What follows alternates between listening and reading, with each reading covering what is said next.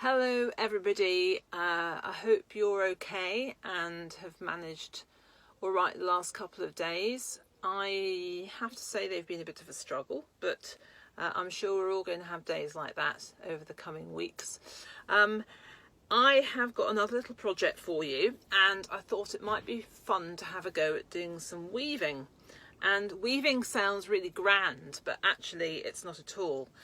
That's the sort of little thing I thought that people might like to have a go at making. It's nice because it uses lots of odds and sods of wool, and it's even incorporated a shell. So if you're going out for your one walk a day, you could perhaps look for things like a nice stick to incorporate, or a piece of driftwood, or the shells that I like to find if I'm on the beach are these ones that have holes in them. So they're really good to incorporate into your little weaving. Anyone can have a go, whether you're big or small. First of all, you need to make a little loom out of cardboard. That's my one there. It's 8 centimetres by 16 centimetres.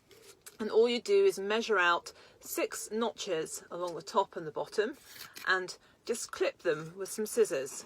So that's where you're going to thread your wool to make your loom. And you'll need to have a little shuttle as well. That's another piece of cardboard, and you want a nice groove to wind your wool, and just squeeze the ends shut so they slip through the warp and the weft of the wool nice and easily.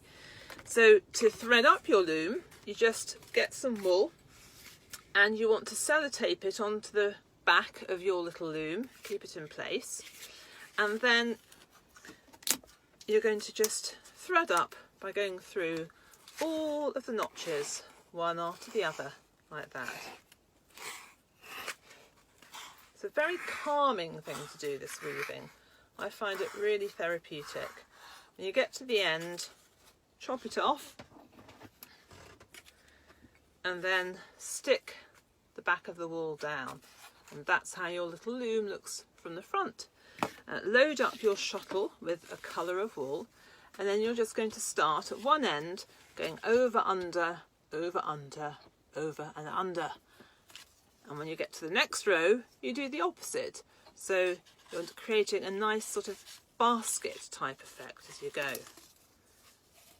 Some people prefer to do it with their fingers. I quite like using this little shuttle. So you're just building up like that, one row at a time. Now, one of the tips that I'd like to pass on is to use a comb just to push down that wool as you're working. And you'll find that it makes it much neater and easier to keep your weaving in place as you go. If you worry about what to do when you get to the end of a piece of wool, don't. All you do is chop it off, leave the ends hanging out like that, start with a fresh colour, leave the end hanging out, and when you finish doing the work, you can just tuck those ends in by using a needle, weave them into the back of your weaving, and they disappear, so it works really well. When you have done what you want to do, incorporating whatever you fancy, whether it's a nice stick or a shell or whatever it is you find on your one walk a day, then you're going to chop these threads at the back halfway, and you'll take your work off the loom and knot each pair of these threads to keep it all in place so it won't slip off or up and down.